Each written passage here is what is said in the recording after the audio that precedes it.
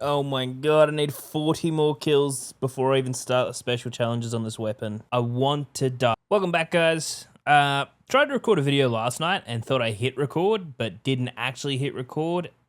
And yeah, that didn't go so well. Basically, I had a video lined up just talking about how Pred's back in Optic. Speaking of which, Pred is back in Optic. I wonder when he knew he was already back in, because the day before he was like trolling chat and literally being like, oh, I need to book my flight because I've got to make it back in time for like scrims and stuff like that. And then literally the next day, like probably not even 12 hours later, he announced that he was in Optic again. Yeah, but by the time you guys have probably seen this video, I'm probably already on a jet, bro, flying. Going down to watch AEW. Pretty good match card they've got actually lined up here.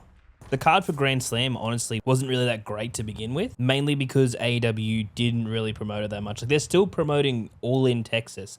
That's out in, like, July or August. I don't even care. It's too far away for me to care, is the best way to put it. But essentially, the only match they had lined up last time I looked was the Toni Storm and Mariah May match. Since then, they've added a Brisbane Brawl, which is Jay White and Adam Copeland, or Edge, whatever you want to call him, versus John Moxley and Claudio Castelloni. I can't say his name. It's Cesaro from fucking WWE, bro. Then there's another match between Kenny Omega, Will Ospreay, Kesha, and Kyle Fletcher. And then we're going to have an AEW Continental match between Okada and Buddy Matthews.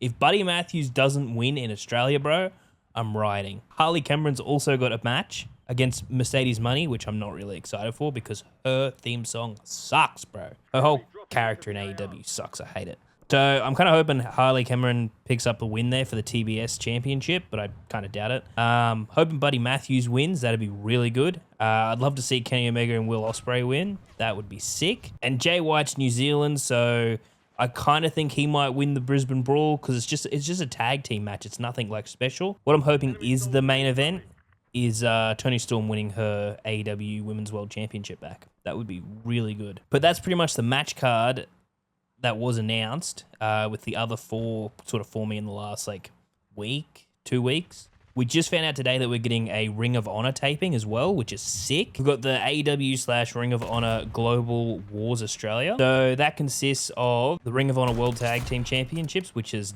Dustin Rhodes, Cody's brother, and Sammy Guevara. With the ROH Pure title match, which is Lee Ferrari versus Robbie Eagles. And then we've got a 6-man tag team match between Bandito and the Outrunners, and they're versing the Learning Tree, which is Chris Jericho, Keith Bryan, and Big Bill. And then what seems maybe the main event is Athena versus Alex Windsor for the ROH Women's World Championship.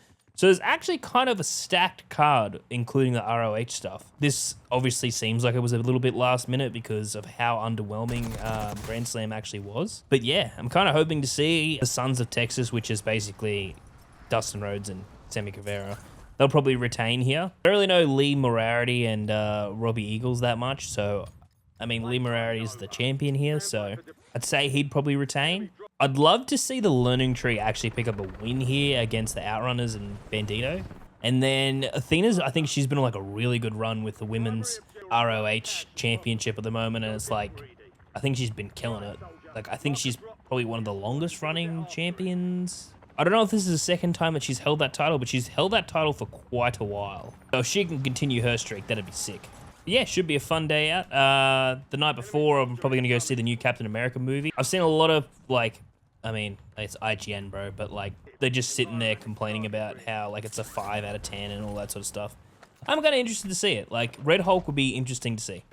I think the movie's more, like, it's the Falcon's character, but I think it's more of like a, like, to me, this is me before seeing the movie. I feel like it's more of a Hulk movie is the best way to put it, because you've got, like, Betty Ross is supposed to be in it, so because of Thunderbolt Ross and all that sort of stuff. So to me, it's more like the Incredible Hulk's characters. But I'm interested to see how they go with Sam's character now that he's Captain America. Yeah, but I'm looking forward to the movie. Yeah, I'm just honestly more interested to see how Sam actually handles the proper pressure of being Captain America, since the TV show was like based around him giving up the mantle and then taking the mantle back on after it was tarnished US agent. So yeah, it'd be interesting to see how Sam actually handles a real threat. It'd be interesting to see how they change the Thunderbolt Ross character. Like, are they just going to say that he aged or something happened with him? We also get a first look at the leader, possibly.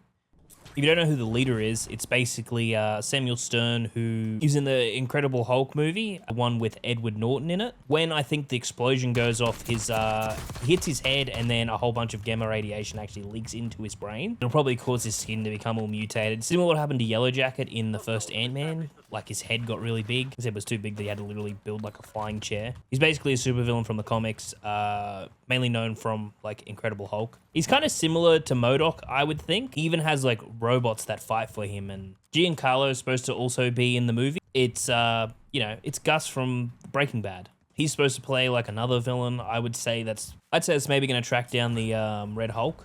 It'll be pretty interesting to see on screen. I still don't know whether he's a bad guy or a good guy. Similar to what Madam Hydra's like at the moment in the MCU. We've seen her like in the Thunderbolts and stuff like that, where she's bought Stark Tower and whatnot. I'm kind of also interested to see how that movie goes. That movie has been like, the Thunderbolts got another trailer earlier this week when the Super Bowl happened, and man, that thing was cool. We'll finally get to see Sentry make an appearance. He's actually so sick. I reckon they've cast the right person for Sentry. But yeah, essentially that's what's going to happen. I'm going to go see that movie. I might give it a couple weeks before I talk about it, because I don't want to be the guy that people watch and then, I spoil it for them. I'll say whether it's good or bad in my Monday video. So I'm going to continue uploading while I'm gone. They'll just be pre-planned videos. So if you guys did enjoy, be sure to hit that like button. Let me down below if you're actually excited to see Captain America when it comes out. See you guys in the next one.